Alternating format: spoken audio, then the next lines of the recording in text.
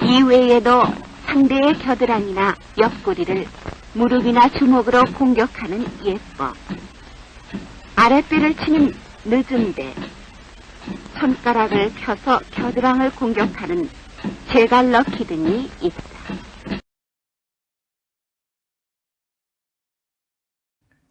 자, 안녕하세요. 방구석 고수입니다. 자, 오늘은 저번에 저한테 요청이 있었던 제갈러키에 대한 거를 한번 찾아보겠습니다. 자, 근데 이제 우선은 뭐 제가 하는 거는 뭐 좀 안 믿을 수도 있고, 그리고 또 약간 좀 의심할 수도 있기 때문에 그냥 사진 자료나 교범에 나와 있는 것들을 그냥 쭉 주로 가겠습니다. 자, 먼저 사진을 보면 여기 지금 성덕회 할아버지께서 나와 있죠. 즐겨 취하는 기법의 하나인 제갈러키를 하기 직전. 자, 근데 중요한 건 주먹을 주고 있습니다. 예. 제가 이제 이거를 얘기하는 이유를 좀 있으면 아시게 될 거예요. 여기에 보면, 상대의 겨드랑이 속으로 파고드는 예법은 송도끼 선생의 특기 중 하나이다. 자, 똑같이 주먹을 쥐고 있죠. 예, 요거는 이제 뭐 덜미를 잡거나 뭐 옷을 잡았다고 저는 개인적으로 생각을 합니다. 예.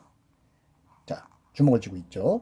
자, 제가 자꾸 주먹을 쥐고 있다고 얘기하는 거는 이게 이제 동작이 좀 헷갈리는 것들이 있어요.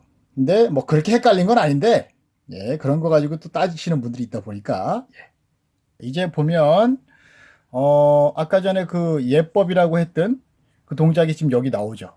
예, 이렇게. 예. 예법의 정면 자세. 이제 이게 동영상에 보면은 그렇게 나와 있어요. 뭐 주먹이나 무릎을 써서 뭐 쓰는 뭐 예법 뭐 이런 식으로. 근데 이제 이 동작의 이름이 예법입니다. 근데 그게 동작의 이름이 예법이라고 생각할 수도 있지만 뭐 저는 개인적으로 그렇게 생각합니다. 뭐 이제 주먹을 쓰거나 무릎으로 타격하는 그런 행위 자체를 예법이라고 하지 않았나. 그러니까 예법의 기술 중에 하나인 거죠, 이거는. 이렇게. 근데 요것도 좀 잘 보십시오. 예. 왜냐하면 이제 제갈러키랑 요게 조금 좀 약간 구분이 되어 있게 나와 있는 부분들이 있어서, 예, 제가 보여드리는 겁니다. 제갈러키, 여기 나오네요. 뭐 전에 다 한 번씩 다 설명을 드렸지만, 뭐 이쪽 사람은 뭐 필요 없고, 자, 여기. 자, 여기에 보면 이제 송도끼 할아버지가 이제 이렇게, 예, 가지치기 형태의 제갈러키라고 굳이 여기 적혀 있죠. 그쵸?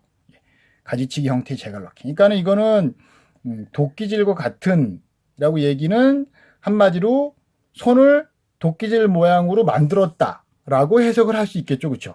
그러니까 주먹을 져도 되고 펴도 되고 뭐 그런 거겠죠. 그래서 여기 보면 밑에 여기 이렇게, 예.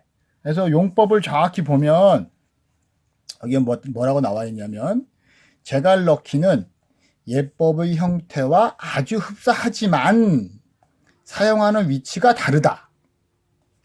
허리를 아래로 훑어 내려가면 허리의 측면에 뼈가 걸린다. 바로 이곳을 비스듬한 각도로 내리치게 된다. 주로 사용하는 것은 예법과 같이 주먹의 측면을 쓰게 되지만 간혹 손의 측면, 여기 수도라고 되어 있죠. 수도 쪽을 사용하기도 한다. 그러니까 주먹을 쓰거나 해도 똑같다는 거예요. 근데 이제 이거는 살짝 골반 쪽으로 내려가는 뭐 일명 갈비뼈 끝단인 것 같은데, 거기를 갈비뼈 끝단을 쳐가지고 뭐 이제 부러뜨리겠죠, 그렇죠? 예. 그런 기술이 아닌가. 근데 이제 예법이라고 하는 것, 방금 전에 봤던 것, 여기 보면 예법이라고 했던 거는 더 높아요. 예. 여기 보이시죠? 더 높습니다. 젖꼭지를 기준으로 했을 때는 거의 젖꼭지 높이 위주의 겨드랑이를 치는 것 같아요. 자, 현재 이 기술이 뭐 우리가 뭐 그렇게 어려운 기술도 아닌데 이거를 잘 모르는 이유는 왜 그러냐면 겨루기에서 이 동작이 지금 안 나오기 때문에 그렇습니다. 왜냐하면 이렇게 치면 반칙이죠. 예. 자, 바로 경고로 왔기 때문에 태권 경기에서는 안 쓰이고 있죠. 그래서 보면 제가 이렇게 그림을 그려놨죠. 자, 그 이유가 있습니다. 자, 그 이유는 바로 여기에 나와 있는 기법 때문에 그래요. 자, 여기에 보면 짠짠짠짠 요거. 자, 여기에 보면 제가 또 줄쳐놨죠. 그렇죠? 자, 예법을 칼제비처럼 변형시켜 겨드랑이를 밀치는 것이다. 그래서 여기 사진 나와 있죠. 이렇게. 자, 칼제비 모양으로 겨드랑이를 탁 밀치죠.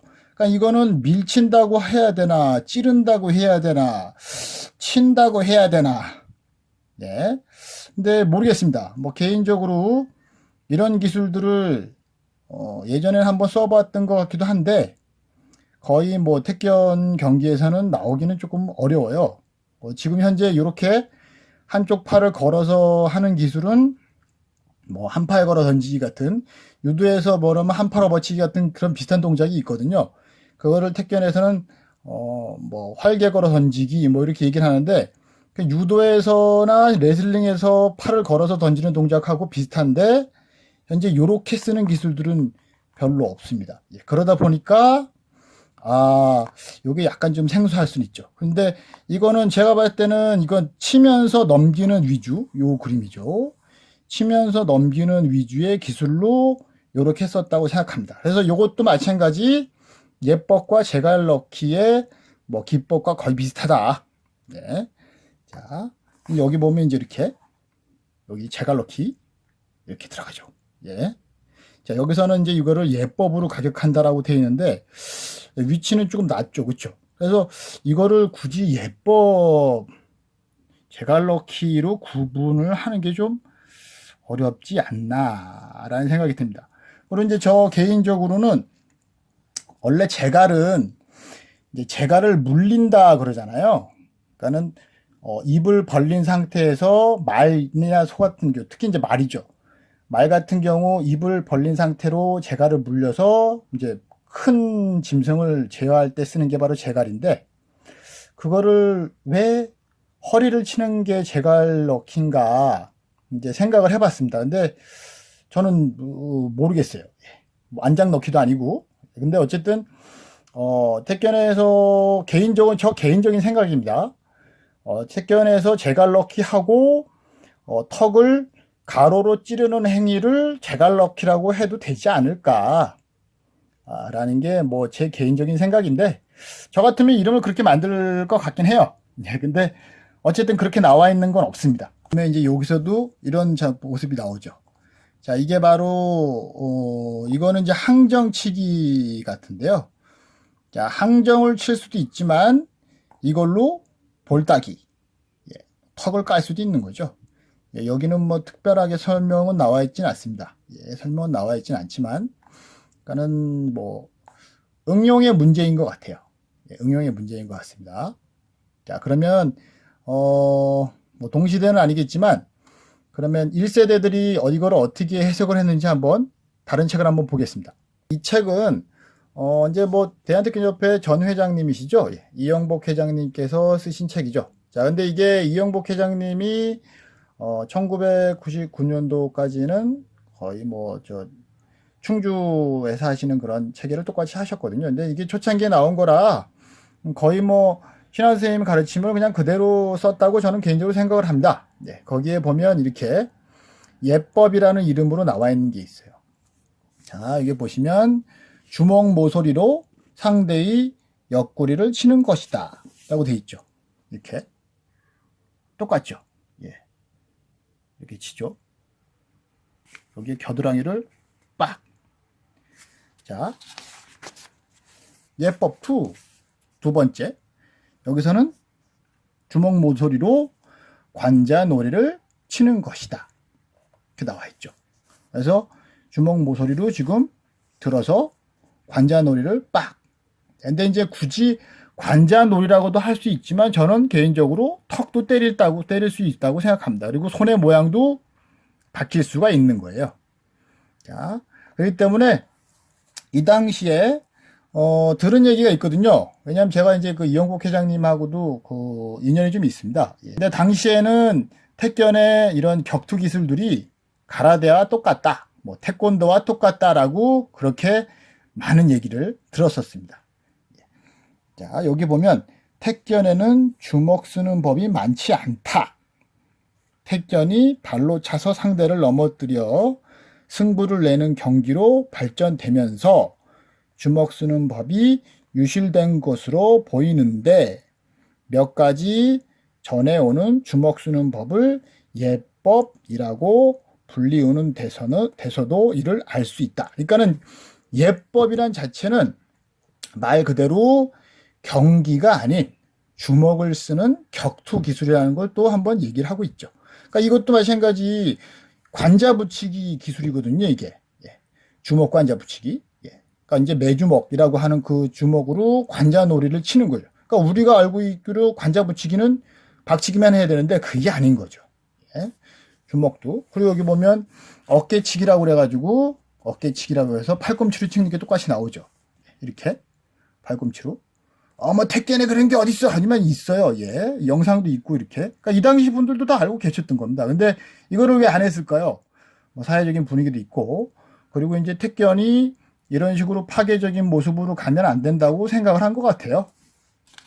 자, 여기 뭐 안경 씌우기 나오고요. 뭐 거의 똑같죠. 뭐 지금 알고 있는 거. 뭐 손따기. 뭐 우리가 알고 있는 거죠. 예.